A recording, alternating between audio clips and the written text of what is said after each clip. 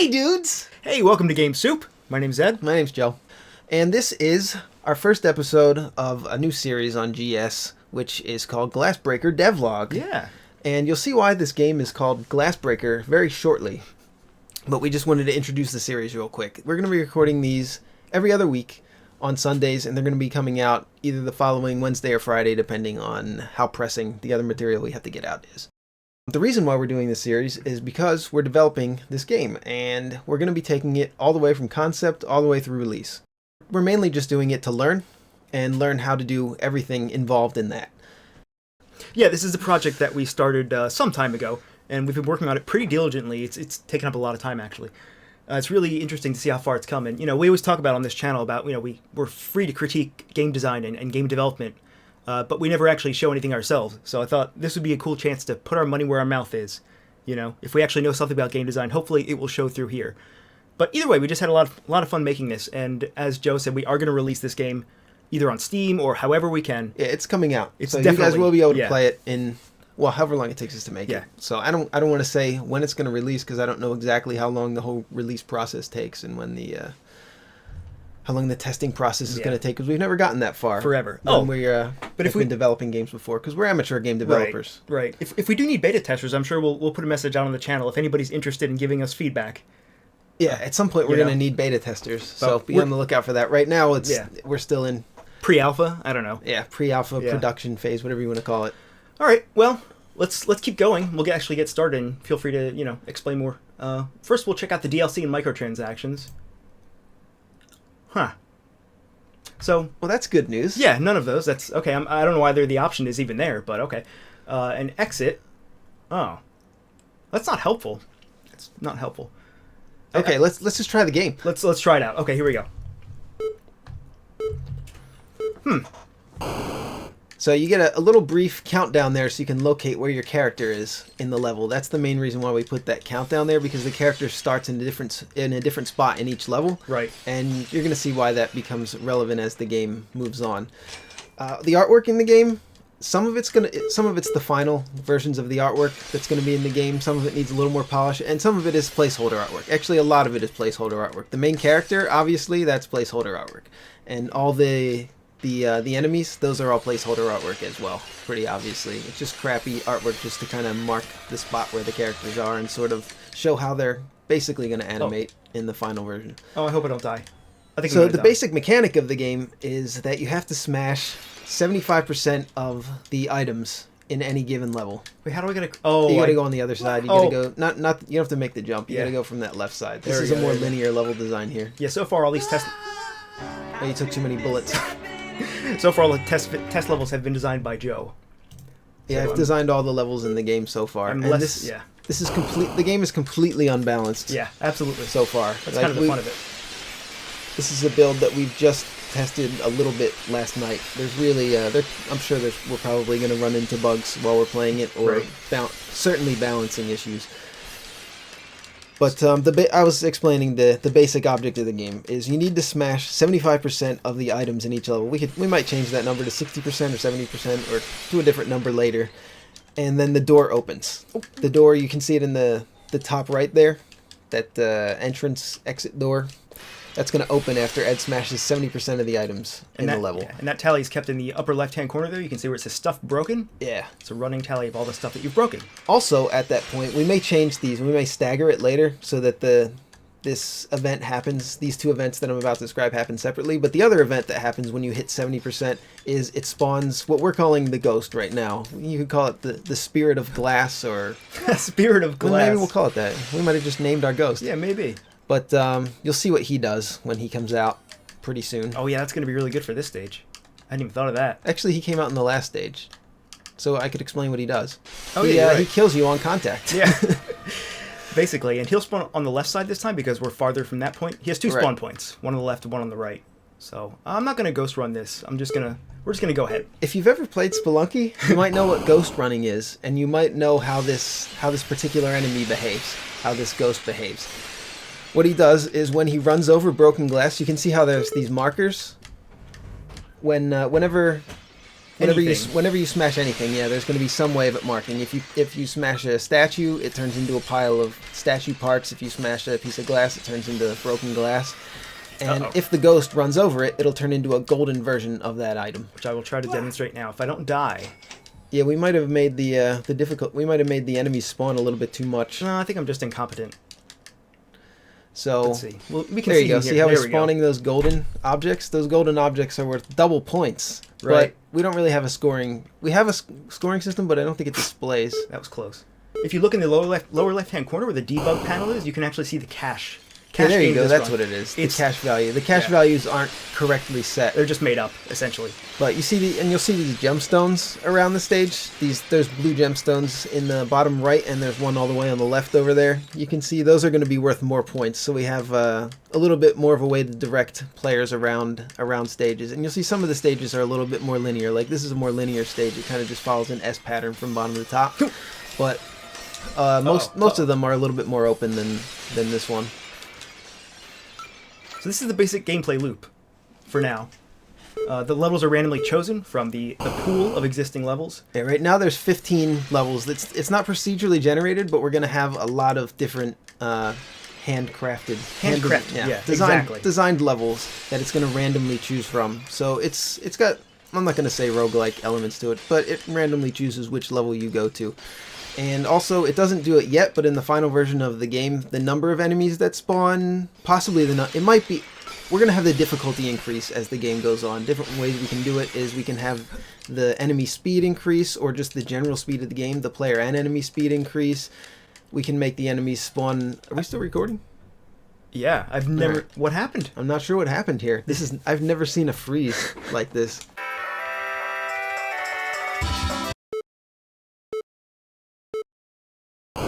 Okay, so we're doing another run here. I was in the middle of explaining how the final version of the game is going to work. We're going to make the difficulty increase probably as the game time goes, just to make it even more frantic for the player. It's already a frantic style of game, as you can tell already, but we're going to make either more enemies spawn, or maybe they'll shoot more bullets. Yeah, like I was saying, we might increase the speed of the entire game, make the player go faster and the enemies go faster, just so it's harder to keep track of. I like that. Yeah. There's a number of ways we can increase the difficulty. We're also thinking about adding a small upgrade system as well. Maybe between every few levels, you'll get a shop, and you'll be able to spend some of the points that you've earned. Some of the cash you've earned, I guess. You know. And I don't know about you, Joe, but whenever I'm developing or trying to change the game and improve the game, where's the exit? I found it. I'm gonna die. There we go.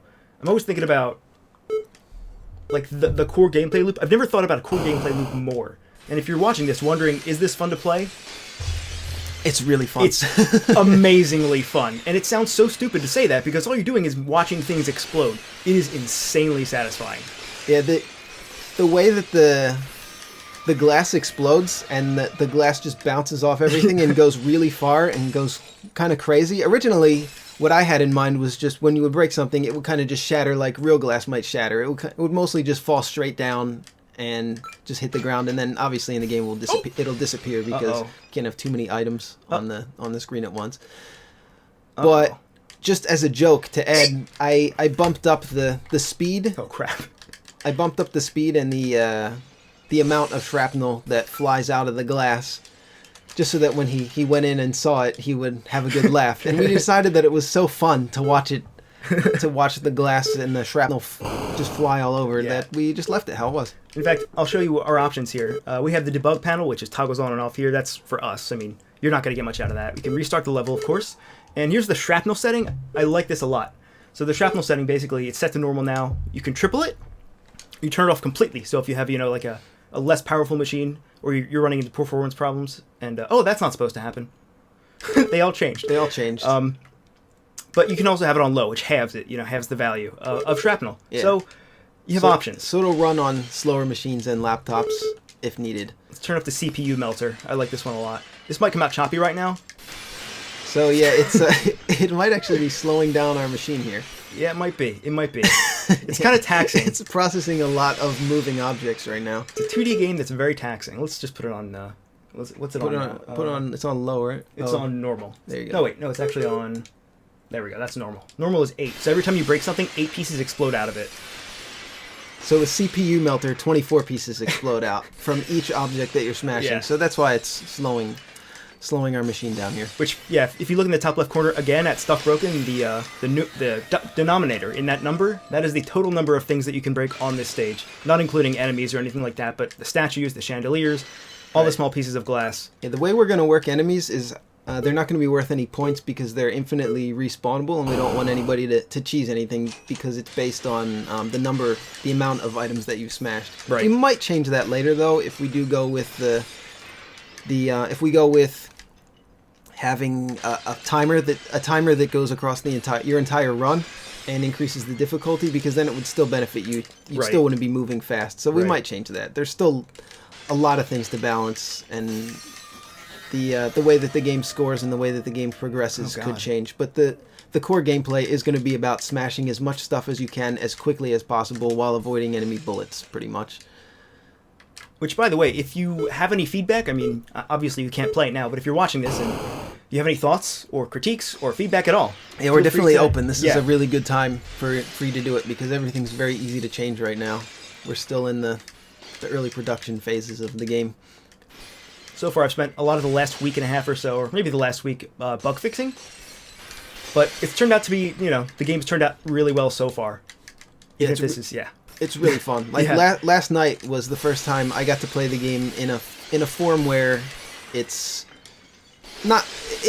plays like a game. Last night really was the first time I was able to play it like a game. Before, it was just kind of testing like one level, or just testing out to see if certain effects work, certain patterns and behaviors worked, and it was mostly just for testing purposes. Oh, you tried to make that jump there. We're talking about changing how the bullets work. They do a tiny knockback now when you get hit by the bullets, but they make it hard to dodge the ghost sometimes. I'm learning, so we might change that. It might also just be the fact that maybe we didn't disable collision when you're flashing. You're supposed to be invincible. Yeah. I think that might be the issue.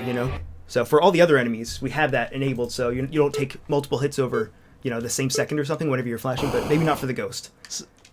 So you'll notice when you die, it plays that "How Could This Happen to Me" song. Who's that by? Simple Plan, maybe. I think it's Simple Plan. Yeah. I don't follow them, but it's a very funny song. It's not going to be in the final version of the game. Unless we can... No, you're right. I was going to say unless we can get the rights, but... You didn't put your music in the game yet. Oh, no, I didn't. I didn't put any music in it, actually. There's no music in the main stages yet, but Ed's working on some tracks, and... that's really at least one of them sounds really good to me so far. Oh, at least one of them. Yeah. Well, all the tracks you've sent me sound... Crap! Fuck. Yeah, that...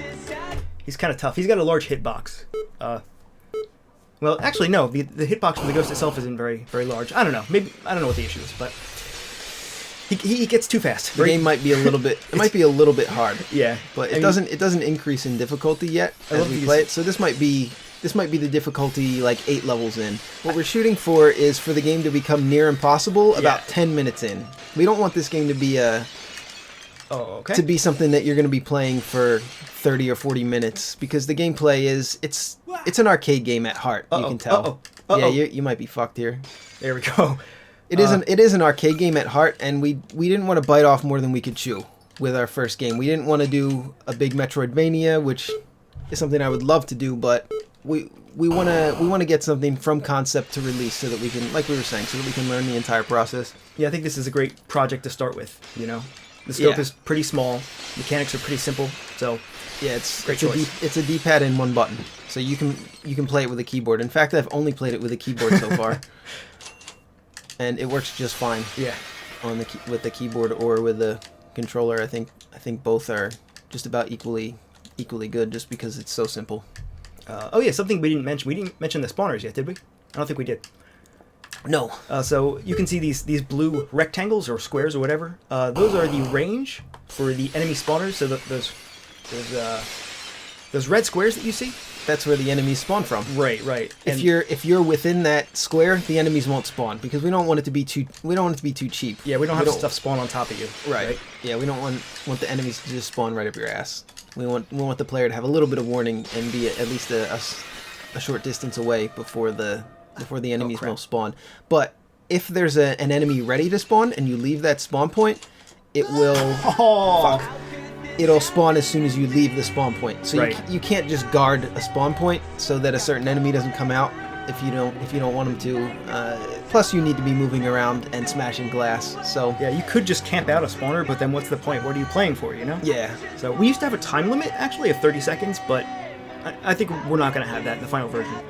yeah, that is another way that we could balance it rather than have it be a certain amount of glass that you smash. Right now it's 75% of the glass smash, but we could also have it be 30 seconds into the level, the exit opens and the ghost spawns. So we might play around with some of that stuff. Like I said, this is the first time we played this version of the game where we can actually start trying to balance things was last night. Yeah. So we have maybe an hour or two of testing. So almost no balancing has happened yet. You know, I thought it was going to be easy. I thought this game was going to be way too easy. It's definitely not. It's not. It's not at all. I think the difficulty right now is in a good place, though. My goal is and a lot of this is already done, to have enemy attacks be telegraphed so you can see when the big fat dude, the big purple fat dude, when he attacks the big guy with the pink shirt. I called him the mayor. Yeah, he's named the mayor. I don't think we're going to change that name. No, it's perfect. And there's these flying guys. Well, I can explain the enemy patterns there. You can tell what they do pretty much. But these flying guys, we called them the flying chumps. And every 5 seconds or so, they shoot bullets in 8 directions. These men, the guys that are just solid white with the guns, they some number of seconds. I don't remember what it's set to right now, but they'll take a shot at the main character, and it aims directly at the main character. Oh, there we go. They're also going to jump in the future, and they already drop through platforms. Oh god. Oh god. Oh god. Yeah, the AI has been by far the most complex part. Yeah, for sure. The way that that man with the gun, he's probably the hardest piece of code that we've had to do so far, and Ed did all the work pretty much for that so far. know. And he's not even entirely working as intended yet, but he's good enough, and he works basically how he's going to work in the final version. Yeah. It's going to be definitely a lot more polished, but Oh my god, I'm dead. the ghost works how he's supposed to. Now just lure the ghost over to the right side and then go over. Actually, I put in some fun developer options, so if you hit the 2 key, this happens. So you can get up to high platforms that you might not normally be able to reach. No, I didn't know about that. Yeah, I didn't tell you about it. Oh. I didn't tell you about it, but it's in the code. So you hit the 2 key and you just go flying. What else? We have a key that kills you instantly, a key that spawns the ghost instantly. If you hit Z, for example. Oh yeah, So- and that'll open the exit Yeah. right away. So you can just run for the exit now if you want. So you can imagine, I'm going to have to. It's a fun level. I'm going to have to mash the 2 button, maybe. It doesn't always work because platform is still enabled for the main character. There we go. There we go. See, I'm really good at this game. But So what else? Most of the glassware is the final version of the. Oh, were you going to say something else? I was just Along going that to line, touch I on. was going to change. No, I was going to topics. touch on difficulty again, as we were talking about earlier. Go ahead, do that. If you've ever played Risk of Rain, we've actually covered it on the channel before. Risk of Rain, it's a roguelite from a couple years ago. That also uses a system where difficulty increases only over time. You know, like I don't think there's any other factor that comes into play there as far as difficulty goes. So if you just sit in the same stage for 5 minutes, it's going to get really hard. Yeah, that's what I'm looking at right now. That's how I think we're going to do it. It seems to be the best method for what the gameplay is right now. It seems to be probably best. Yeah, for the type of game that it is. But yeah, I just wanted to touch on that. But you were going to say something. Yeah, I was talking about the artwork. I was saying the glassware that you break and the statues are most likely the final artwork. I might add some shadows to the glassware just so it's a little more coherent with the style of the game. The characters are gonna have, like, you can see how there's the stark blacks on the statues. That's kind of how the style of the characters is going to be in the game, and you can see it on that mayor guy, the mayor down there, on his crappy walk animation. You can see how I kind of blacked out how I blacked out the shadows on him. Yeah. So that's kind of how the main style of it is going to look. So I might add some of that to the glassware, because that kind of looks flat by comparison to the other stuff. He splits in half. Yeah. All the enemies split in half when you kill them. That's just kind of the placeholder, but I think they are going to get cut in. I think that's how all the enemies are going to die in the final version, just with better artwork. They're just going to get cut in half. And the Here's a fun one. I call this level the dive. The in-level explanation, or the in-game explanation for why they get cut in half, is because did we already touch on this? Every time you move, like anytime you're moving at all, Yeah, you're attacking. you're constantly attacking. Yeah. So which saves up a button. You don't have to add a button for attacking. You're just always attacking. So no matter if you're jumping or whatever you're doing. So you notice that we kill enemies just by, the mayor in particular, just by, running over him a couple times. Yeah. A big influence for the game, maybe it won't surprise you, but Donkey Kong. If you guys have ever played Donkey Kong, you know what the most fun part of Donkey Kong is. When you get that hammer. Yeah, getting the hammer, exactly. And you can kill everything. So that's the entire game in this. You have the hammer. It's funny because we trash talked Donkey Kong on our last recording. Remember? Well, we were playing Donkey Kong Jr. Oh yeah, we did. Yeah, but overall the game sucks. I mean, Glassbreaker is better than Donkey Kong already, even though it's buggy as shit and has crappy artwork. And also, we were talking shit about classics again. We also wanted it to. This actually might have happened by accident, but Joe was the one who basically said this to me. But we wanted to sort of play like Pac-Man, in the sense that there's this, one level and it's pretty complex, and there's multiple paths for you to take, and there's not just one linear best of all worlds, like the single best way to do it. And in Pac-Man, you have to gather everything on the stage. So you're basically gathering things in this game by smashing them, right? Right. It's the same thing, yeah. It's kind of annoying in Pac-Man. One thing that's kind of annoying in Pac-Man is when there's like 1 or 2 pellets left, and you're not good at Pac-Man, and then it doesn't feel as good to be not constantly grabbing shit. So they did in Pac-Man DX. I think they fixed that problem. Yeah. Handily. Yeah. It's a great game. The Pac-Man. What is it? Pac-Man Championship Edition DX. Right? Actually, yeah, the sequel just came out for that. Yeah, I haven't played it yet. Me neither. I really want to. Yeah, I would like to check that out. There we go. So we played the first one on the channel a while back. It's a really fun game. But I might. Yeah, we wanted the game to keep moving if you want it to, or you can do what Ed's sort of doing here and do what's called a ghost run and get the ghost to run over some of the gold or some of the glassware. Oh, he's getting so real fast. Get more points. Yeah, again, speed is 110, 115. I think he gets faster over time as well, so he's accelerating slightly. Yeah, the ghost will accelerate to a point where it's faster than the player, so yeah. you can't just figure out a way to cheese a level. You will eventually just get killed by the ghosts. And I love that. So that's definitely going to need to be adjusted. Yeah, but I think that's a huge part of the challenge, though, is knowing when to leave. Because it's so worth it to do the ghost running. There's a lot of risk reward in the design. So what do we have? So far, $31,000, I guess, if you want to call them that. But every time you break something that's golden, it's double. So. Right. Yeah, it's double the normal value, and the values. Yeah, I think we mentioned it, but the values are not set yet. Right. They're not at their final values. Like the jewels are supposed to be worth a lot more points than the other items, and they're not right now. Nothing's really been set. We haven't taken the time to do that yet. But that's all going to come in balancing. Right now, it was just about getting the basic, very, very basic mechanics working. Yeah, that was. How did that happen? Oh God. I guess I was on the wrong side of the screen there. What else? So that's the basic gameplay. I've really, like you said, it didn't feel like a game until this week, until a couple days ago. Yeah. And I'm really happy. Really yesterday for me. But there's so much that was going on under the hood for both of us, really. You were doing so much art, and you were fixing most of my bugs that I was creating. Yeah, we were both trying to help each other out with the programming, and I made all the artwork that you see so far. Crap. Oh crap. But I didn't want to make the final animations for the main characters yet, because that's going to take probably the longest of everything. Nice. And I want to make sure that these are the enemies that we want before we commit to final artwork, that in case we don't use it. I think we have a pretty well-rounded set of enemies. We have a guy who walks at a moderate pace and shoots, and the flyers who don't really pay attention to you but also shoot, and then just the big lumbering guys. Yeah, I'm pretty happy with how they work so far, just from playtesting, and there's probably going to need to be some CPU melter. It's so fun. It is so fun. It is so fun. Just love watching things explode. It makes you feel so powerful, and maybe another influence that this game has already influenced many, many, many games, but Super Crate Box is hugely influential, especially in the indie I don't know, sphere, I guess. Yeah.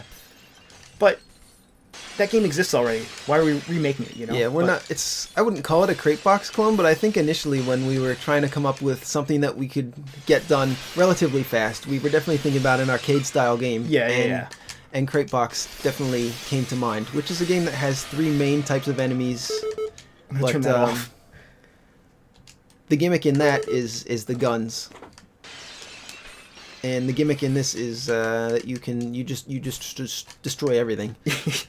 Because I always find it annoying that in old games that when you touch an enemy, they always hurt you, and you don't hurt them. In this game, it's the opposite. It's kind of a revenge on that. It's a nice genre deconstruction, or reconstruction if you prefer. Yeah, you're the dangerous one. Now, the bullets, of course, that's their defense, so you need to rush in on them, but so you're kind of like a berserker, I guess.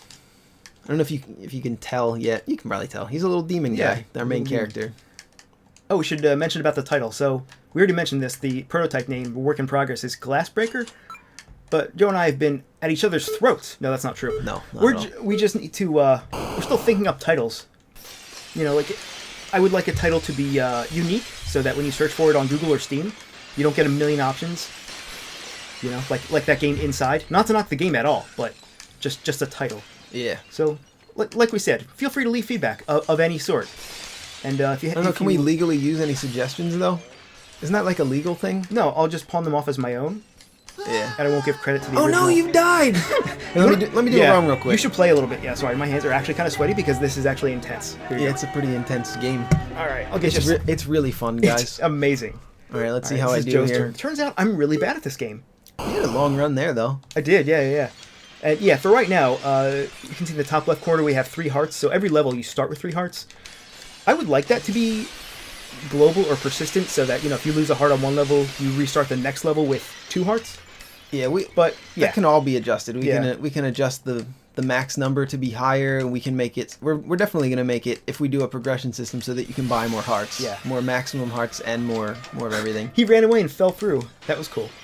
So I like that animation, by the way. When you get close to the men, because they're shooting at you from a distance, yeah, they have an animation where they get scared. Yeah, they're sentient because they don't want to die. You know. Yeah, of course. They see a little demon with an axe rushing towards them. They run away. Yeah. If you get close enough, we're gonna probably change that box so that happens more often. We're gonna change his runaway hitbox so that happens at a little bit further of a distance, I think, and also. I don't want to get fucking... I just didn't want to get hit by that bullet there. Yeah. I'm trying to ghost run here. Yeah, I think once we turn off the collision for when you've already taken damage, I don't think the ghost will kill you at that point. Oops. Ooh. There we go.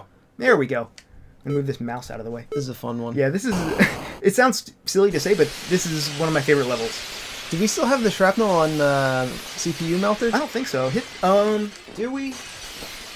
No, this is normal. Oh, this is normal? This is actually normal. Okay. So this might become CPU melter in the future, you know, if we have to cut this in half. Yeah. We're also talking about increasing the size of the shrapnel just so we don't have to spawn quite as much, so it'll still look like a lot, or making some of the shrapnel a little bit bigger. Yeah, it's definitely taxing. Yeah.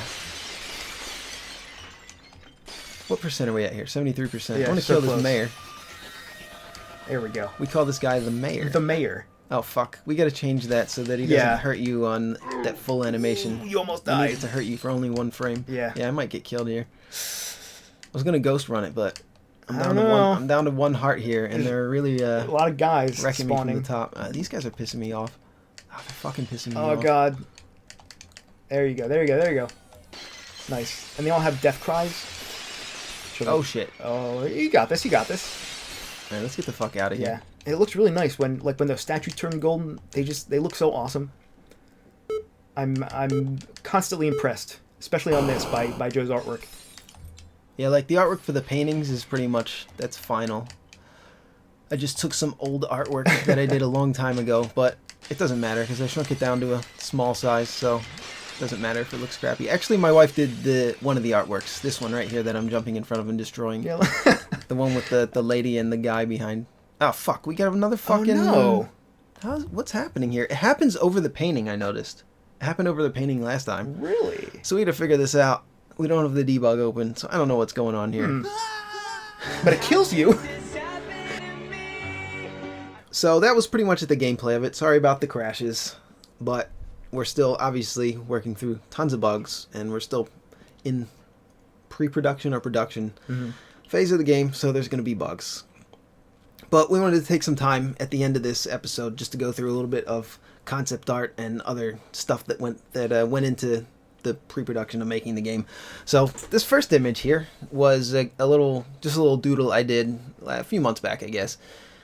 And when I was thinking of the main character for this game, I thought of this guy, this thing that I drew a while ago. It's not really a character that was going to be in anything, but I kind of like the design of him, and I kind of wanted to do something like this guy for our main character in the game.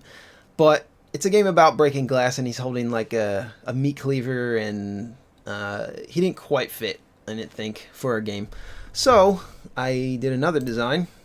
So I kept kind of like the same face, and we gave him some horns because I don't know, it's kind of corny, but like bull in a china shop, I guess. He's got like bull horns, sort of. Yeah. So since you're smashing a bunch of glass in multiple china shops, that I wanted to give him some big horns. Also, I made him a little bit shorter and cuter, I guess.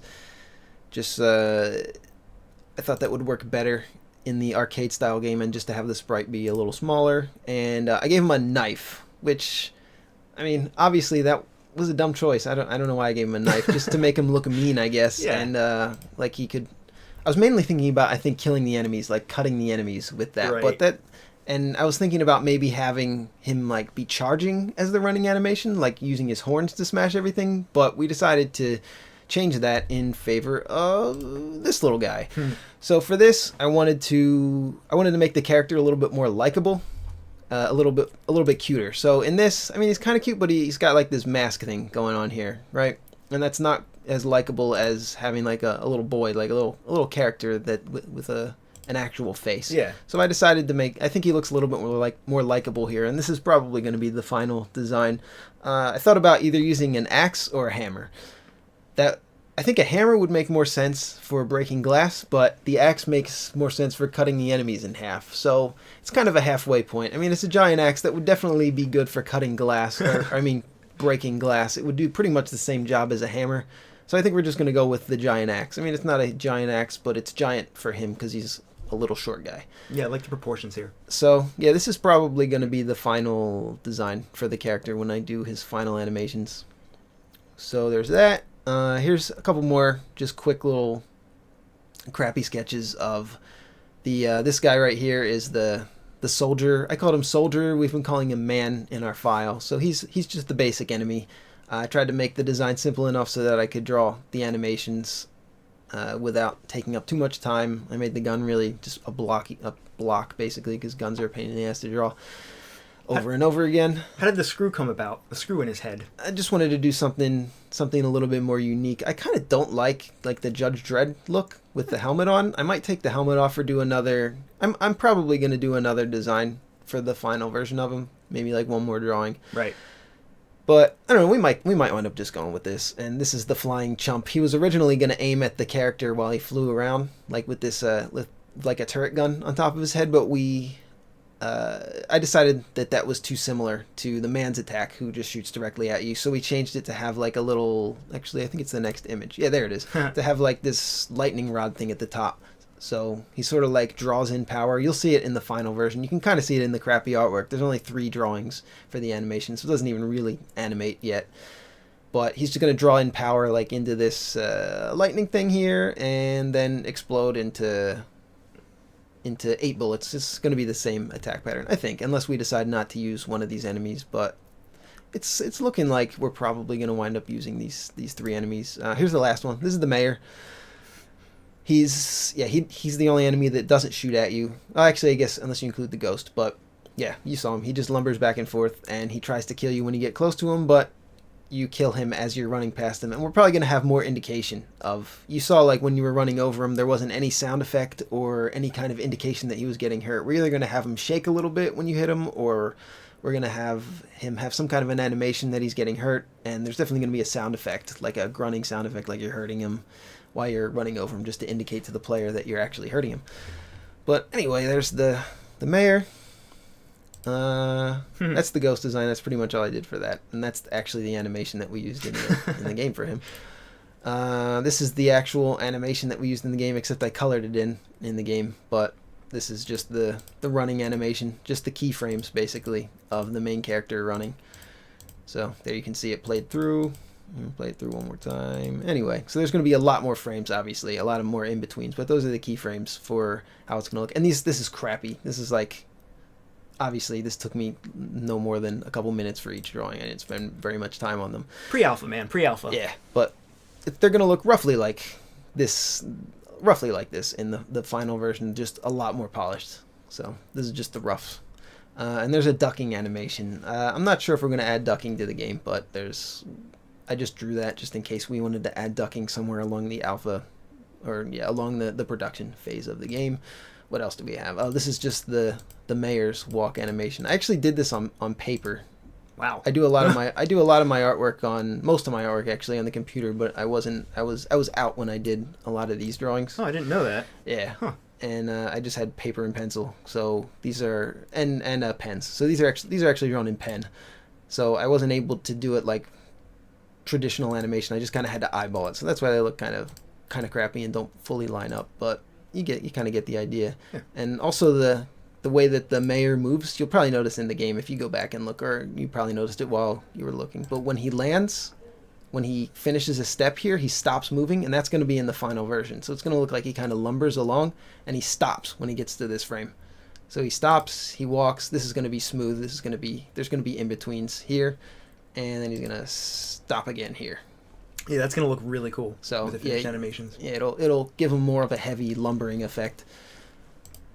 This is just his attack animation, so there's going to be some frames in between his standing animation and this, but this is roughly what this is going to be the player's warning. When he's in this, you don't want to be near him, right? You want to be getting away from him when he's at this point in the animation, and then maybe a second later he quickly does this. There might be a frame in between that, maybe not though. We want it to be pretty quick. So this is going to be the actual damage frame, and all this is going to animate.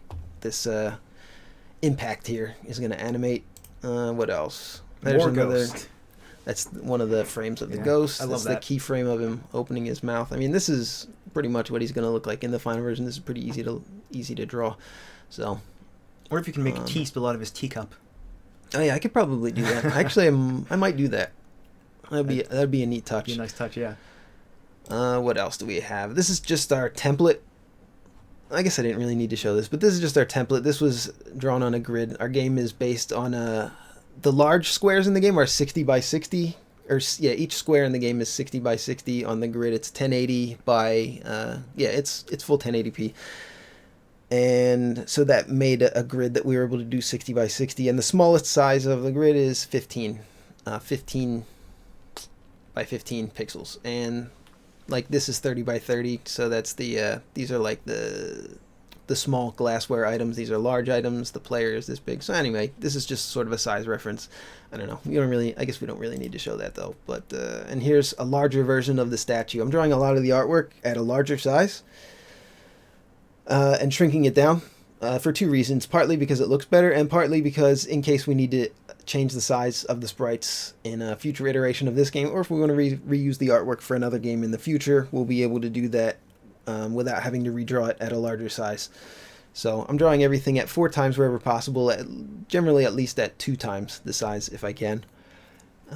Just for those reasons. And here's another one of the statues. That looks familiar. Yeah, this one's roughly modeled after, not roughly, pretty closely modeled after the statue of David, but I gave him some clothes. That's nice of you.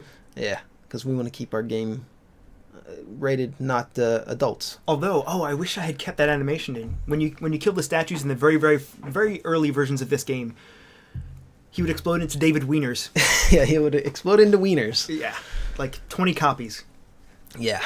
So that's it. That's some of the pre-production artwork and just a few things that extra stuff that I wanted to show you guys about the game. And is that it for now, I guess? I guess that's it. Yeah, I think we've shown off the main concept and this really nice artwork, and hopefully, I think in the future we'll have a lot more to show, even every 2 weeks. Yeah. Yeah, we've been working on it since, I guess, August. We started a little bit. We worked on it a good amount in September, and yeah, this month, really, October, we've been going at it hard. This is really the first month that we've really been going hard at it and spending a lot of time on it. So every 2 weeks we should have something reasonably substantial to show, some reasonably substantial progress. Yeah. We didn't talk about the story. There's sort of a story behind it. We can save it for next time. Yeah, let's save that for next time. That'll be a nice little treat. Yeah. So that's Glassbreaker for now. And again, if you have any feedback or anything you want to say at all, be sure to let us know. We're open to suggestions, and we'd love to hear what you think. Yeah, thanks for watching, guys.